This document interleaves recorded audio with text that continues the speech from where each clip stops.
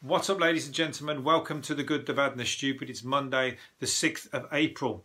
I've recorded this 4 times so far and I kept saying it's the 6th of March.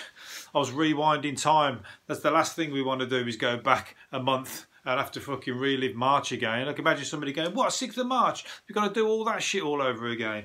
No, thank you very much. It's a March to forget, that's for sure. How's the weekend been anyway? Have you enjoyed the sunny weather through your window responsibly, or on your hours exercise, or was you one of the knobheads who was having a picnic and fucking, you know, going back to doing whatever the fuck you like, which is pretty much what all of us want to do.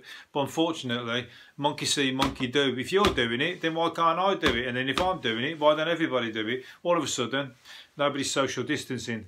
So, you know, I don't like the fact that you're doing it. So anyway, they're going to get spiteful and close the parks and fucking shut us all down, and then it really would be like fucking being in prison. So if you please, at least just fucking do it.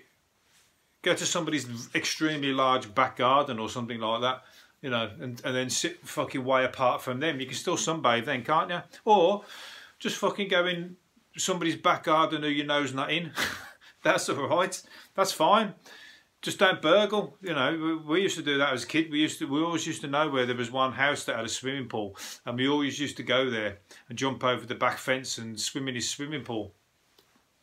Until they come back one day and chased us, and fucking we sprinted out of the garden. There was about 10 of us, sprinted out of the garden, jumped over the fence, and we had no clothes on pretty much, apart from, you know, fucking boxer shorts. And my mate's boxer shorts caught on the top of the fence and ripped off as he fell down the other side, and he had to sprint through the park naked.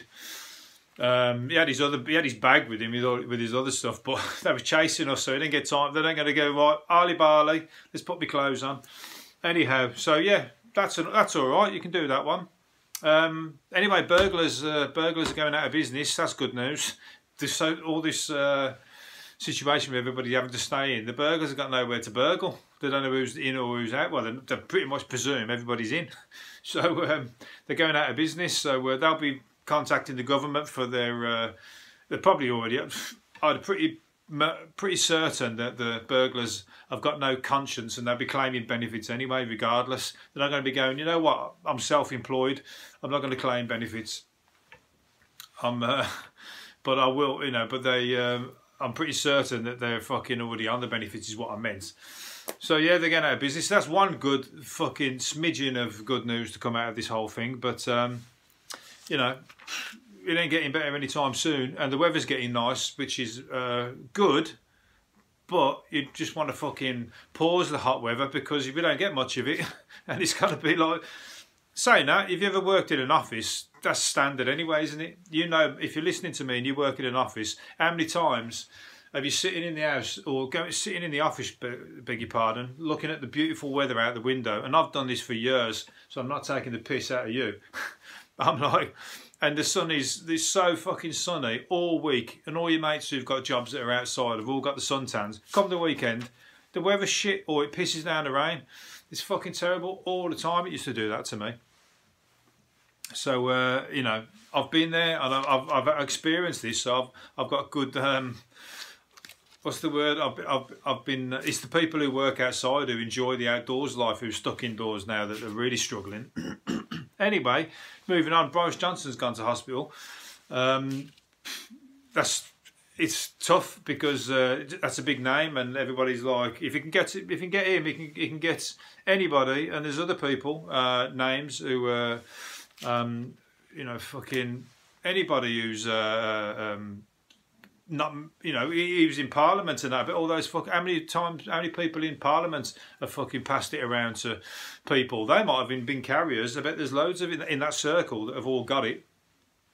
You know, we're not hearing about, because the politicians have probably passed it on.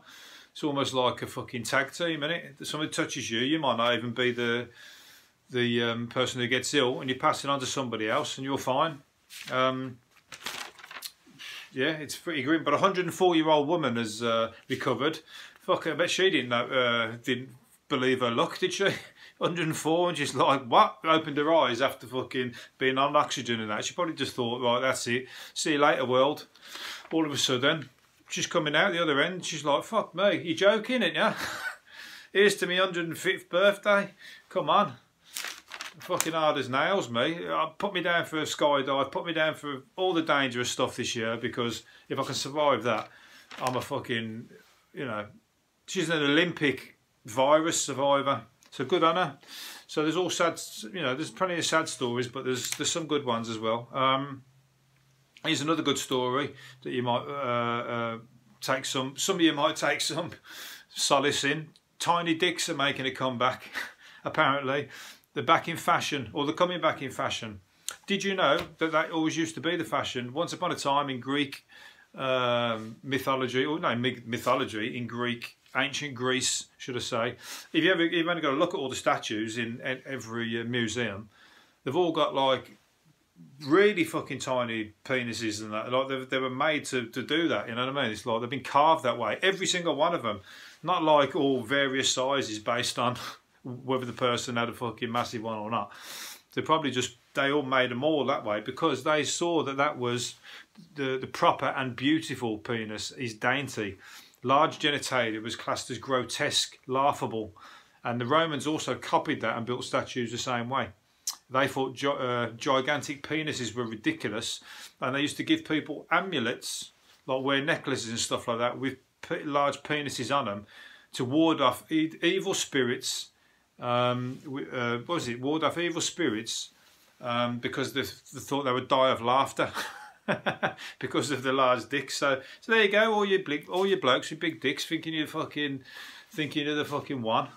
You weren't the one for many, many, many years, for hundreds or thousands of years almost. You were laughed at. You were embarrassing. So anyway.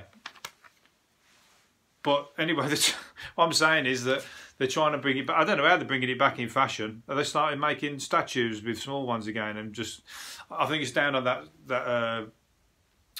dating site. I think they may have something to do with this news story, the dating site for people with little dicks. Anyway, there we go. Can I stop saying that now? Can I move on to something else? Where was it going? It's all out of order today, so I've got no idea what I'm going to say. I never have. South Korea still, some countries, they've got the fucking social distancing down. You know, the obedient countries like South Korea and stuff, they're just like, and Japan, you can imagine they've got it right down, haven't they? The obedience kind of levels are fucking really high. Have you ever seen them fast trains or them trains in Japan, where they all queue like orderly, and when they get on, they pack them, but the train they try and squeeze on, and then they let the conductors shoulder barge them in, and everybody's like really nice about it. There's no like arguing, no fucking elbows in people's faces, nothing like that. They just accept the situation with peace. And anyway, South Korea, I imagine, is the same kind of situation. They've all gone to a church there, a drive-through church. They've all pulled up in their cars. And they're all waving out the window. They've all pulled up in their cars to go to like a drive-through cinema, but it's a church sermon. So I wonder if they're sitting there eating popcorn and like, you know, fucking Haribos, you know, like being for the sweet mix first, getting all that, and just munching it while, you know, someone's giving their doing the hymns and doing whatever goes on at church. I haven't been for that many times. I bet if somebody goes around with the collecting pots as well, around all the cars, and everyone's out the window chucking money on. If they're not, then that's a good way of that's a good business move, or for a con man. You can have that one. You can go around pretending to be that person because they'll think it's part of the sermon. You go around, collect all the notes on the plate, and off you go. Before you go, just make sure you give a, you know, thank you, Lord. You have to be poor to do that for the Lord to forgive you. If you're poor, do it. Don't do it if you're a rich con man who's just fucking got all the money already, because that's not fair. I'm not giving out all these fucking business moves to rich people. I'm sitting here skint. So if you do take on that idea, I'll give you my PayPal details or my Patreon information. The Queen gave a speech. It's great. What's great about it was that she wore a green dress, and everybody's like been using it as a green screen and putting on t-shirts on her, what, you know, like fucking Guns N' Roses and all other sort of stuff that make her look with a different t-shirt. Joe, who's that? Joe, who's the Tiger Man? The Tiger Man and all that shit. They've been blasting it onto her doctor in the picture, is what I'm trying to say. I cannot get my words out today. Anyway, she gave a heartfelt speech and whatever, but I find that thing the funniest. So I'm glad that she did it for that reason. And here's another business move for somebody who hasn't done it yet. Somebody should have put, or t-shirt idea, Frankie says stay home, or Frankie says stay safe. There you go, there's another good one. That would make millions. I want the fucking royalties on that one as well. But you could put that one on the Queen. She could have said that, Frankie says. No one's done it yet. Syndicate, Who Wants to Be a Millionaire was Who Wants to Be a Millionaire was ripped off by a syndicate gang who tricked them out of about 5 million, they said, because they found out the contestant questions. Well, they used to ask a question to the audience or something, did they? And whoever got it right got picked to go onto the show. So they found out the questions, got the answers, and then gave them to the contestants. It's an elaborate scam, and like, I'm all for that. That's all right, because the fucking the TV show makes millions anyway, and they're giving away millions, and they're there to make Who Wants to Be a Millionaire. Doesn't matter how you become a millionaire, they want to be a millionaire, and that's how they want to be a millionaire. So they're still kind of, it's bending the rules, isn't it? Who doesn't do that? Fucking politicians bend the rules left, right and centre anyway. Separately, separate thing altogether, but all rich people are bending the rules, so somebody's just done one over on you. You make the questions deliberately hard as fuck all the way through, so that nobody's going to win the millions. Usually, 99 out of 100 people cannot go all the way to a million and win the money. So and you're doing that, you're stitching people up. So it's good to see somebody getting their own back. And they've took 5 million out of, it's 5%, about 5% of whatever the money was available. So it's no big deal. And I think, where there's clever people willing to do, they're not fucking robbing a bank or murdering anybody. That's a good scam. I like that. Yeah, all for it. There you go. If you're watching this, do you need another member of your gang? Can I join in? I'm not good at answering the questions though. I'll have to be one of the, the backroom staff. Give this guy a job. A man nicknamed the Bin Bag Vigilante. The Bin Bag Vigilante. He's collected 20 sacks. He basically cleans up the countryside because nobody else is fucking doing it, and it's good for him. In fact, that should just be created as a job. He's basically cleaning up all the fly tipping stuff because he can't stand it, and he just can't stand walking past it because nobody's doing it. The council isn't doing it, so he's just like took it upon himself to clean up all the shit. And probably takes, as soon as he does that, I bet another bin lorry's around the corner dumping more in there because all the rubbish dumps are closed at the moment, so he'll be getting inundated. So somebody should just create that as a job. Or he's fucking, everybody in his village need to bong him, give him some money. Fucking, who am I? I'm the Mr. Righteous one today. I'm on my high horse. And I think I've generated a stutter sometime over the weekend. John Lennon's son, Sean Lennon, has begged Twitter followers to stop quoting Imagine lyrics to him in every message. That's got to wear thin, hasn't it? I bet he gets that.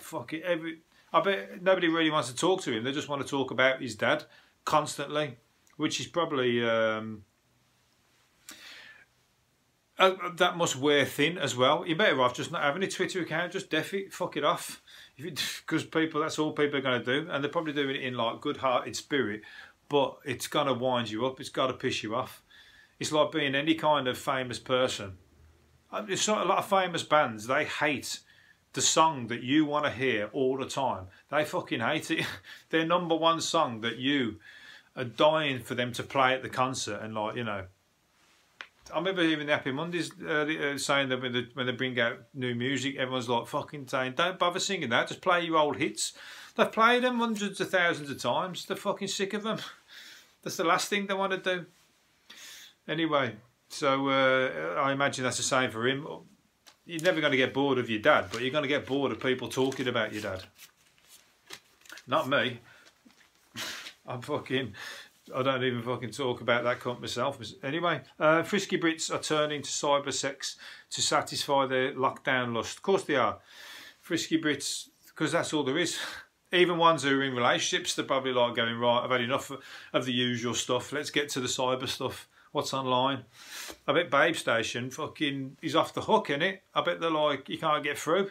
That's probably as bad as trying to get through to HMRC at the moment, trying to sort out your money claim and your universal credit, trying to get through to Babe Station. Come on, fucking hell. This harden ain't going to be around for much longer. I've already had it. This Viagra's wearing off. I've already had it for fucking 6 hours and I still can't get through. I never get that Babe Station, but some people fucking, you know, they're just there with the phone, aren't they, talking on the phone. But most people are just watching somebody talk to them on the phone. You can't hear the conversation they're having. You're just watching somebody else talk to them. It's shit. But hey, but the pretty girls, you know. I remember once I turned my TV on in the morning and Babe Station was the first thing that come on. Somebody was here and the Babe Station was the first thing that come on. But I don't remember watching it. I must have just been flicking around and I turned the TV off and that must have been the channel that I turned off on, and fucking the TV come on. That was the first thing that came on the TV. I was like, you know, trying to explain myself, but you can't. People just think you're guilty regardless. Prisoners are being given jigsaws to stop them running riot. Come on, they ain't gonna fucking work. I tell you what, that's gonna cause a riot when they get through a 1,000-piece jigsaw and there's 3 pieces missing. That is gonna. They're already at the end of the tether, being stuck in prison. For starters, number 1, coronavirus in prison. Number 2, I bet they're getting 23-hour lockdown. And then you're fucking giving them a... And jigsaws are shit. They're all over the outdoors, aren't they? What, you give them a jigsaw inside of a prison, maybe. You can't give them a jigsaw of a beautiful countryside scene. That's where they want to be. No, they're going to be... that's going to cause... Trust me, that's going to cause a riot. Think of something else. Give them weed. That's what's going to fucking not cause a riot. Give them something to smoke. Let them just fucking relax or chill that way temporarily. Where we're going. Speaking of somebody, Charles Bronson is coming out soon, and they said that anybody wants to have a pop at him when he gets out. I said this the other week. Somebody might try and have a go at him, but trying to make a name for himself. But he'll just fucking knock you out. He'll knock you clean out. And he's 67 and he probably still is up for anything. He'll up for it. And he said, but people are going to try and make a name for themselves. So he's already coming out, ready, fucking all... He's probably in training and you're just going to be pissed up going up to him and going, you know what? And then you're going to end up... He'll end up back in prison. That's a shame about it. But you'll end up with at least a fucking... You know, a pint glass over your head or a table over your head or your head through a table, probably. So I don't think he's going to be accepting any greetings like that. He said, have a drink with me, but don't try it on. Otherwise, you're going to know about it. A powerlifter is planning to take part in a competition at 90. A powerlifter at the age of 90. Here's somebody else. He must have survived, and he has. He survived a triple heart bypass, hip replacements. He's got a pacemaker, and he's like, fuck it, and I'm still here, so fuck it, I'll take on the hardest thing. He probably would have been dead years ago if he didn't. He'd probably just think, if I just shriveled up and on a chair with my digestives and closing the curtains, I'd be dead by now. The fact that he's pushing himself. Once you've had the artery bypass, you're fucking good to go, ain't you? You've widened the arteries and everything, so people probably think, oh, I better take it easy. But I bet, don't fucking take medical advice from me. But if you push it, you know, your blood's pumping, and you're good to go. But I don't know about powerlifting at 90. That's probably a little bit a step too far. He's probably fucking beating people half his age, but good on him. Doesn't matter. People, I love it when I saw there's a Facebook video of an old guy. Somebody was trying to rob him, I think, and he was an old boxer, and he just fucking just knocked him out. He didn't just knock him out. He toyed with him for a bit. He boxed him and fucking hurt him. and this guy was about 68, and the other kid couldn't get a fist on him.